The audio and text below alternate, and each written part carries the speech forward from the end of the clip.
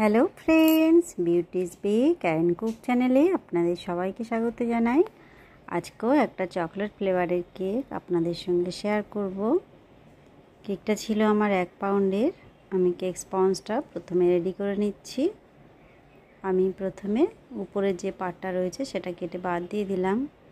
এবার দেখুন ধীরে ধীরে টার্ন টেবিলটা ঘোরাতে ঘোরাতে এক হাতে নাইফ দিয়ে কেকটা কিন্তু কাটছি। এইভাবে 3টে লেয়ারে সমানভাবে আমি কেটে নিলাম। কিছুটা সুগার সিরাপ এখানে আমি দিয়ে দিলাম, তবে বারে বারে সুগার সিরাপ না দিয়ে প্লেন জল দেওয়ারও চিন্তা করবেন, কেননা কেক স্পঞ্জে কতটা আপনি চিনি ইউজ করেছেন সেটা নিশ্চয়ই জানেন। সুগার সিরাপ দিলে আবার সেটা বেশি মিষ্টি হয়ে যেতে পারে, সেই কারণে এটা খেয়াল করে জল ব্যবহার করবেন না সুগার সিরাপ ব্যবহার করবেন সেটা চিন্তা ভাবনা করে নেবেন।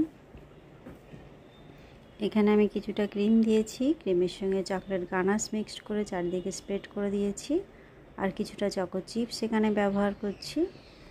আপনাদের কাছে চকো চিপস যদি না থাকে তাহলে কিছুটা চকলেট কুচি এর উপরে দিলেও সমান টেস্ট পাবেন। চকো চিপস বানানো খুবই ইজি ব্যাপার। জাস্ট চকলেটটা মেল্ট করবেন, কোনো রকম ক্রিম সেখানে ইউজ করবেন না। ডাবল বয়লার মেথডে মেল্ট করে সেটা ছোট ছোট ডট দিয়ে দেবেন কোনো পেপারের উপরে। তারপরে হাওয়াতে শুকনো করে নেবেন কিংবা 2-4 মিনিট ফ্রিজে রাখবেন।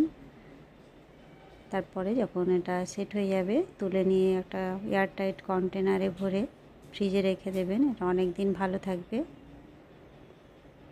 আমি এখানে 3 নম্বর লেয়ারটাও দিয়ে দিলাম। আমি এখানে প্রথমে ক্রাম কোট করে নেব। ক্রাম কোট করে আমি এটা 10 মিনিট ফ্রিজে রাখবো। তারপরে এরপরে ফাইনালাইজিং করব। প্রতিবারেই আমি এই প্রসেসটা ফলো করি।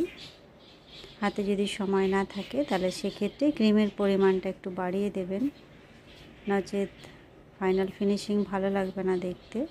কেকের ক্রাম সব উপর দিকে উঠে আসবে।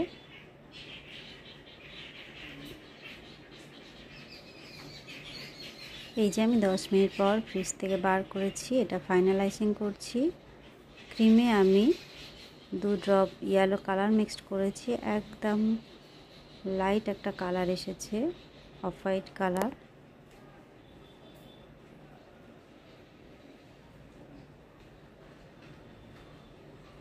কাজটা করার সময় আমি খুব ধীরে সুস্থে আলতো হাতে অনেকটা টাইম নিয়েই করি। ফাইনালাইজিংয়ের সময় কোনো রকম তাড়াহুড়ো করবেন না, তাহলে কেকের লুকটা ভালো লাগবে না দেখতে। এখানে দেখে মনে হচ্ছে আমি অনেক তাড়াতাড়ি করছি, অ্যাকচুয়ালি তা নয়। ভিডিওটা আমি স্পিডে দেখাচ্ছি জাস্ট।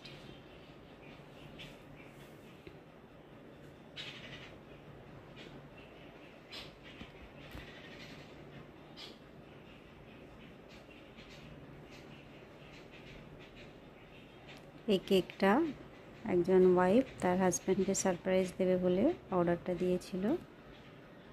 বলেছিল কয়েকটা গোলাপ যেন আমি করি, আর অবশ্যই যেন 2টো লাভ আমি কেকের উপরে রাখি।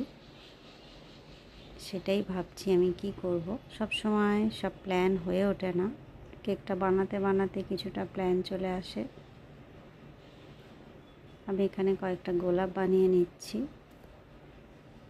হঠাৎ মনে হলো গোলাপটা সিম্পল না বসিয়ে একটু গাছপালা দিয়ে তারপরে বসাই, তাই একটু গানাশ দিয়ে জাস্ট কয়েকটা লাইন আমি টেনে নিচ্ছি।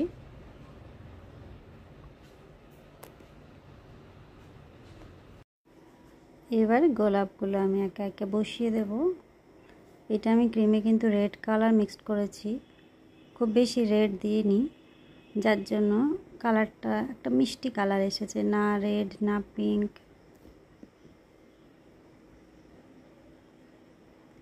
এই গোলাপগুলো বানাচ্ছি আমি নূর কোম্পানির R11 নজেল দিয়ে। এটা দিয়ে খুব ভালো গোলাপগুলো হয়, ছোট বললে ছোট, বড় করতে চাইলে বড়, প্রত্যেকটা গোলাপ দেখতে ভালো লাগে।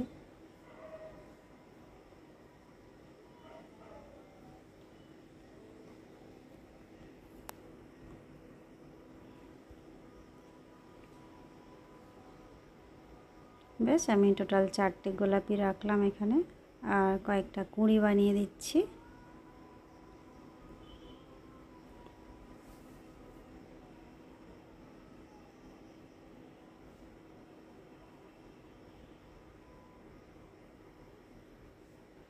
আমি নিচে একটা বর্ডার বানিয়ে নিচ্ছি, আগে পিছে করে। এই বর্ডারগুলো দেখতে বেশ ভালো লাগে।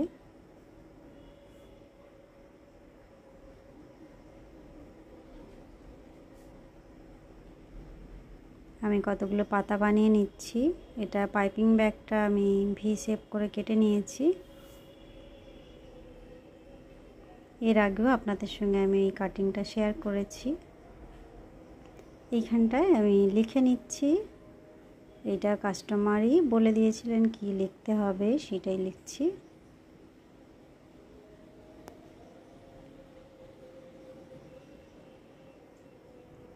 এটা চকলেট গানাশ দিয়ে করছি, কোনো নজেল এটাই নেই। খেয়াল রাখবেন চকলেট গানাশটা যেন একদম স্মুথ অবস্থায় থাকে, তাহলে লিখতে সুবিধা হবে।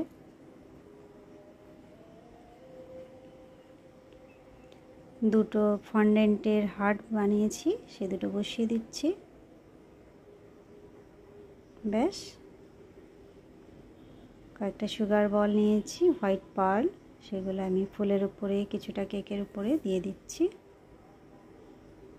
যাতে কেকের লুকটা আরেকটু ভালো লাগে। দেখুন বন্ধুরা, কেকটা আমার কমপ্লিট। কেমন লাগছে? ভালো লাগলে অবশ্যই একটা লাইক করবেন, চ্যানেলটা সাবস্ক্রাইব করে রাখবেন। বিভিন্ন ধরনের কেক ডিজাইন আমার চ্যানেলে আছে, অনেক কিছু শিখতে পারেন সেগুলো দেখে। সবাই ভালো থাকবেন, বাই বাই।